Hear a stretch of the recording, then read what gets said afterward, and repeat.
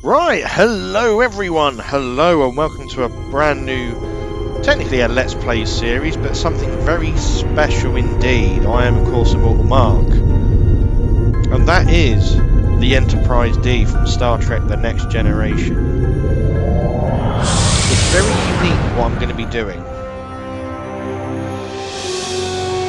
Oh yeah, but this is Stage 9, and it is the virtual recreation of certain parts of the Enterprise-D. So, for anyone who is unfamiliar with Star Trek The Next Generation, in my opinion, it is the best series of Star Trek.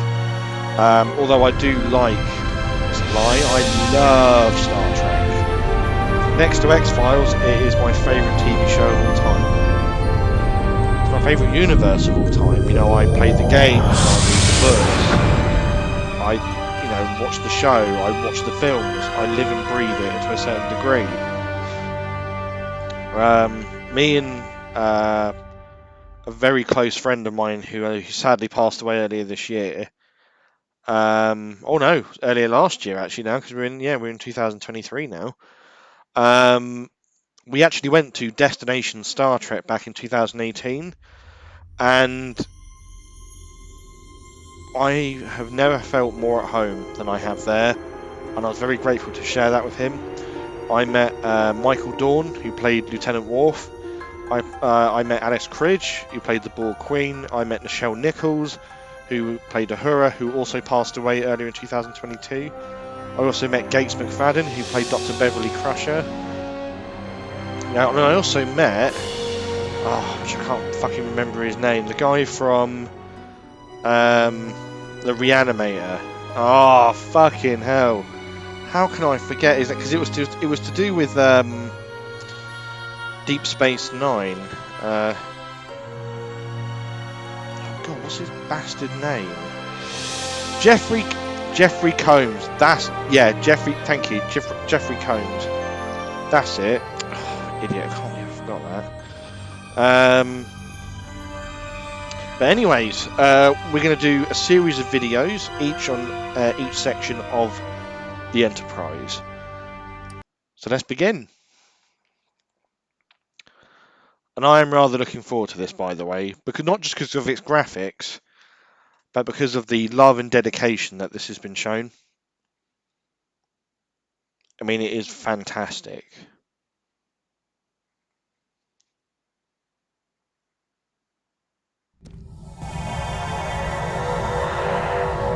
There we are. We just beamed in on the transporter pad. Fantastic. So yeah, this is a first-person perspective recreation of the Enterprise-D. There's Chief O'Brien. He is the transporter chief. He's in Deep Space Nine as well as a main character. He became more of a centralized character in the later episodes of Star Trek: The Next Generation. Not sure why. He does look good, but his face is rather small for his fucking head. What's going on? But yeah. So we'll start off in the transporter room here. So I'm also going to give you a little side information about this room, but I'll give you more information about the Enterprise-D itself on the bridge, because I think that'll be more appropriate. So, well, obviously the transporter room, this was actually a redecorated set from the TV series, and you got the movies as well. The transporter pad, you can even, so this is where people of the Enterprise crew, whether it be the centralized crew, which I've never understood, by the way, they go on an away team, right? So they'd send all key members of the hierarchy of the Enterprise. So effectively, if that away team was lost, you've lost your chief medical officer, the chief of security, the captain, you've lost fucking everyone. So it's every man for himself as far as I'm concerned. A couple of side facts that you may or may not be aware of. Obviously, they've actually put some real bits into it, but you see these little signs here. They were actually on the different bits and pieces on the Enterprise-D. But rather than have legitimate writing on there, they had quotes from like Gilligan's Island and bits and pieces like that. Not only that, for Star Trek 6, because that was made during the time when The Next Generation was being filmed, as well as, they actually, for the Enterprise A, they just redressed and reused bits and pieces from The Next Generation. Key points of that are I think the medical bay, you've also got the transporter room, and the engineering section. If you watch it back, it's different angles, but it's the exact same. But yeah, basically, yeah, so you have people who would come here, they would use this, and they would transport themselves, basically teleport themselves from one area to another, down to a planet, down to wherever. Oh, you can zoom in there, that's pretty good. Or they transport up cargo or anything like that.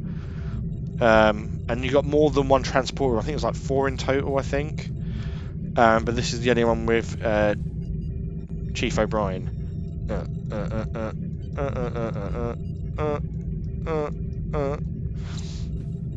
But no, I'll give you the facts about the Enterprise-D now.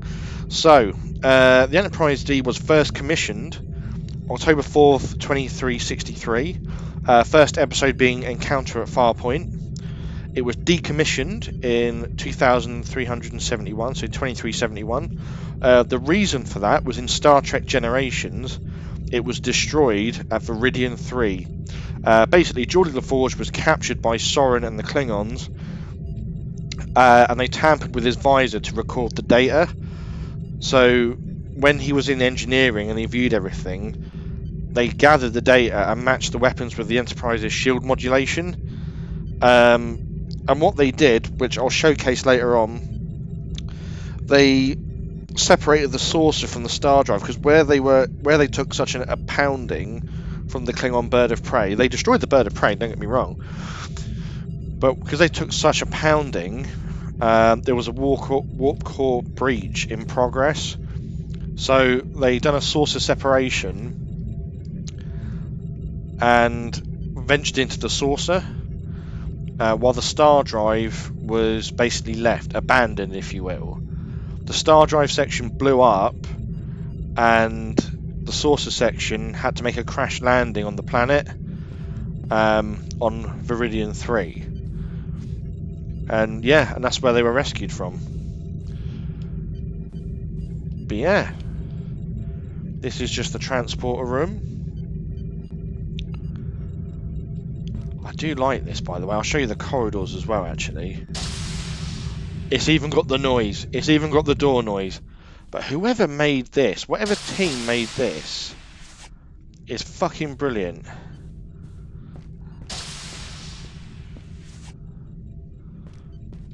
Can we play around here?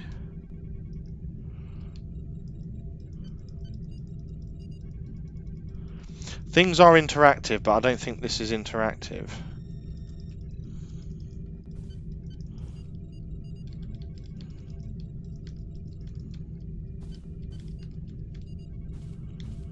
That's a real shame. See what's down the corridors around here. But yeah, they've mapped out the corridors very well, like the transporter room, stuff like that. You do have NPCs on here, so they will like stop and like interact.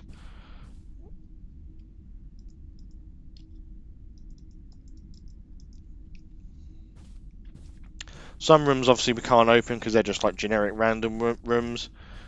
With force field. I do like that effect on there, by the way. That's really cool.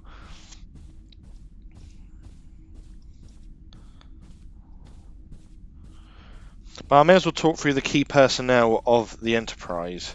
So you have, starting at the top, you have Captain Jean-Luc Picard.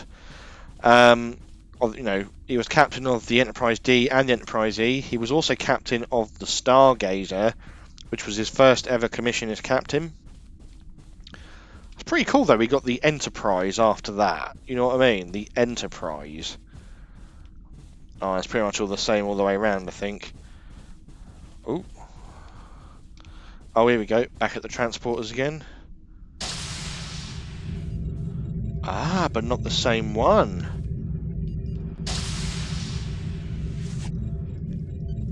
But now, and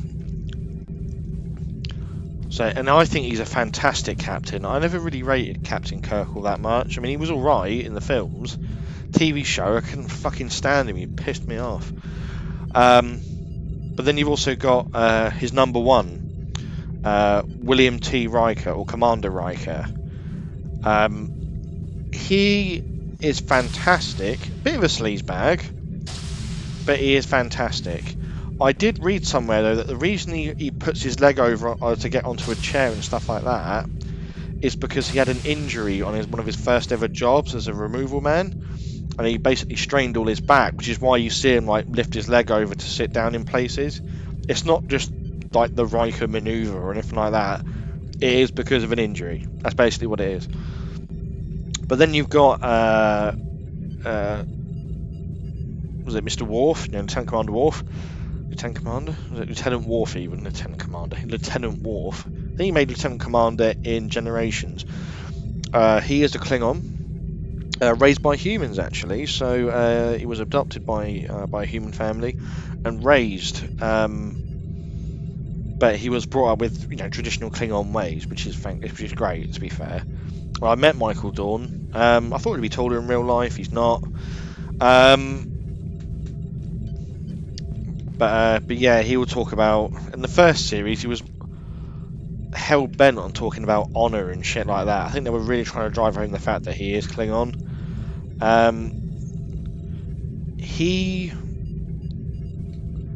Well, at first he used to operate one of the front panels, the con he used to operate, and then Natasha Yar left, and then he became the chief of security, which was good. You've also got my favourite, Lieutenant Commander Data, a Sung type android, and by Sung type I mean his creator was Dr. Noonien Sung, and his other android brothers include Law and B4. B4 was in Star Trek Nemesis. I'm not sure why he was added in there, but he was. But yeah, he's an android who at first has no concept of emotions, and he wishes to become human, a bit like Pinocchio in a way. And there's always some really good episodes with him, like where there's an episode where they go to like a tribunal to find out if he actually has rights or if he is the property of Starfleet.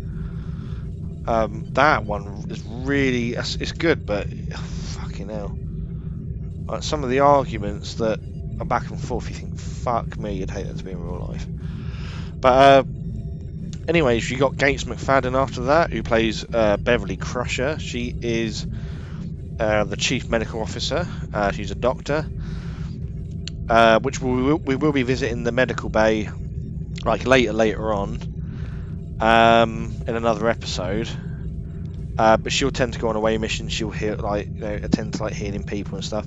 She actually directed one of my favourite episodes, which was I think it was called Genesis, in this where people start to de-evolve. It scared the fuck out of me because Reginald Barclay, or Mr. Broccoli as they call him, he was like half spider, so he scared the fuck out of me. You've got Councillor Deanna Troi, who spends most of the episode going, I'm sensing that you're angry. I'm like, yeah, you don't have to be. She's basically a half Beta Z. No, she comes from Beta Z.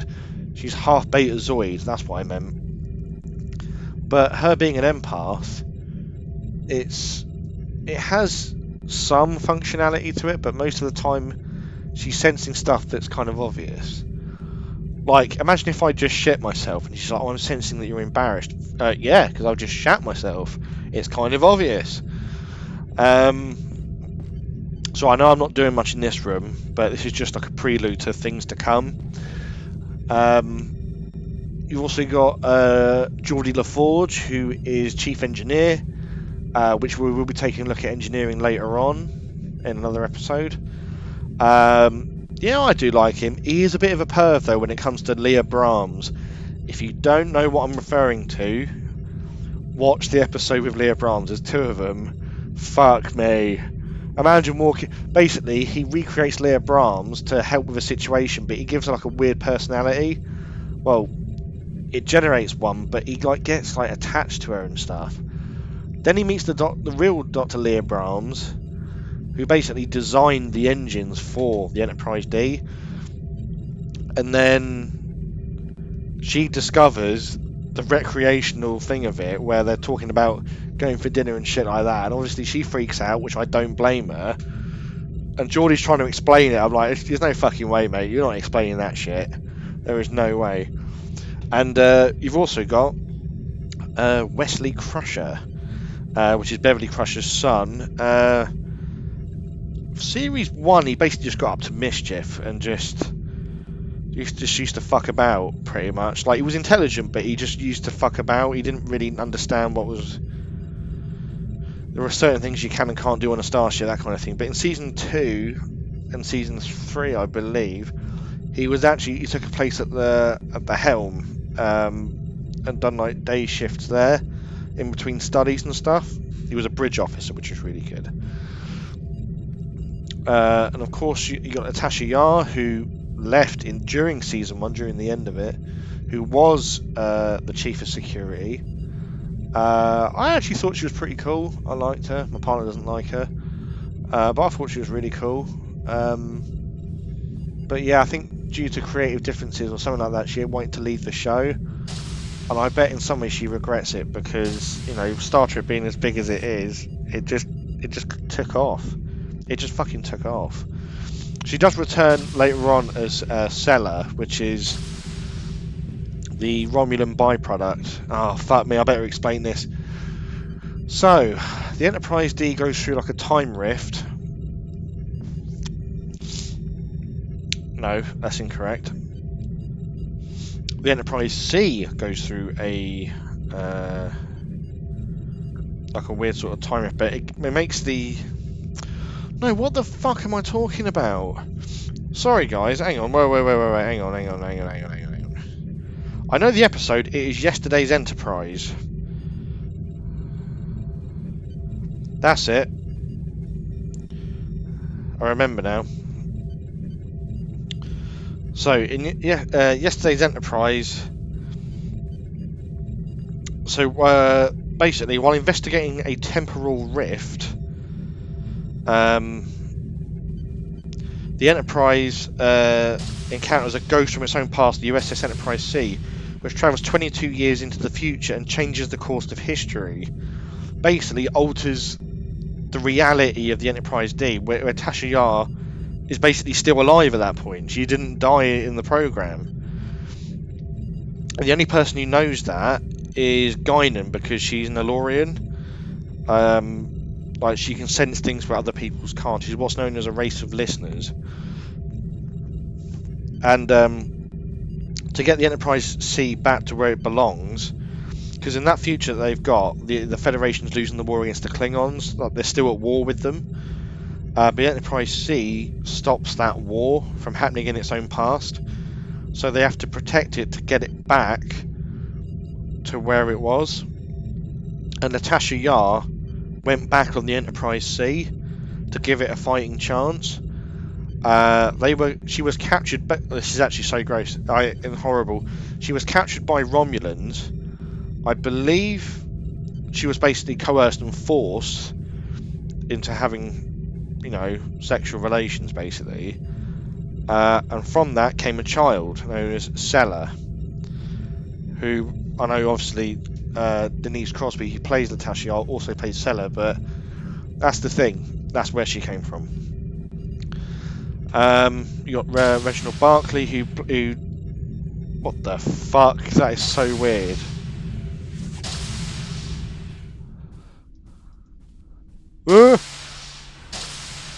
Demon. Oh god, I think there's too much happening at the screen. That was weird. Oh dear.